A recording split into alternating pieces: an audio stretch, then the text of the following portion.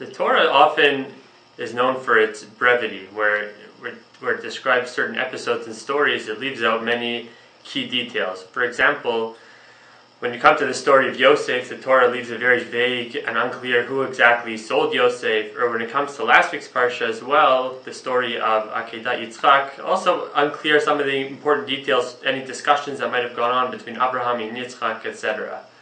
And then you come to this week's parsha, where we have two episodes which really dominate the entire parsha, and where the Torah is certainly not brief. The Torah goes into much detail to describe these two stories. The two stories being, first, Abraham going to buying a plot of land in order to bury Sarah. It describes the entire negotiation process that Abraham went through with the Chittim and with Ephron in order to buy it.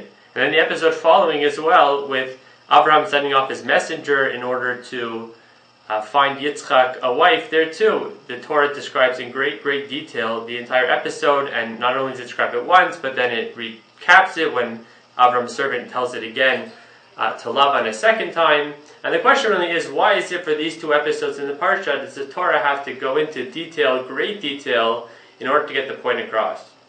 And Rabbi Jonathan Sachs explains that before this parsha, in the two previous parshiot, Abraham is really given two promises from God. He's given a promise that he will inherit the land of Israel, and he's also given a promise that his children, that his offspring will be numerous. And until this point, none of those promises have really been fulfilled. He doesn't really own anything in the land of Israel. And in terms of offspring, he kicked out Ishmael. He only had Yitzchak. He almost had to sacrifice Yitzchak. And Yitzchak himself had no children. So if Yitzchak passed away without having any children, his lineage would be done. So Abraham really takes it into his own hands in this week's parsha in order to make sure that those two promises that God gave him were fulfilled. And he takes great effort into making sure to buy a plot of land, to make sure it's undisputed, to make sure that everyone knows that he bought a plot of land in Israel that he could bury Sarah.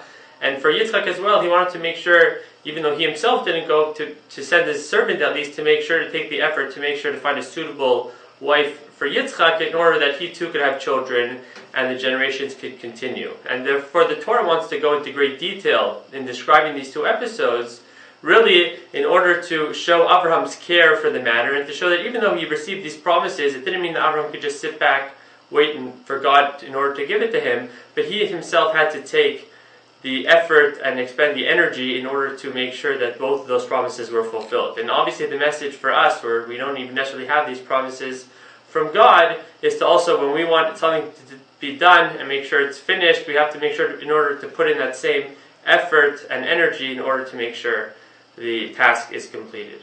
Have yourself a great Shabbos.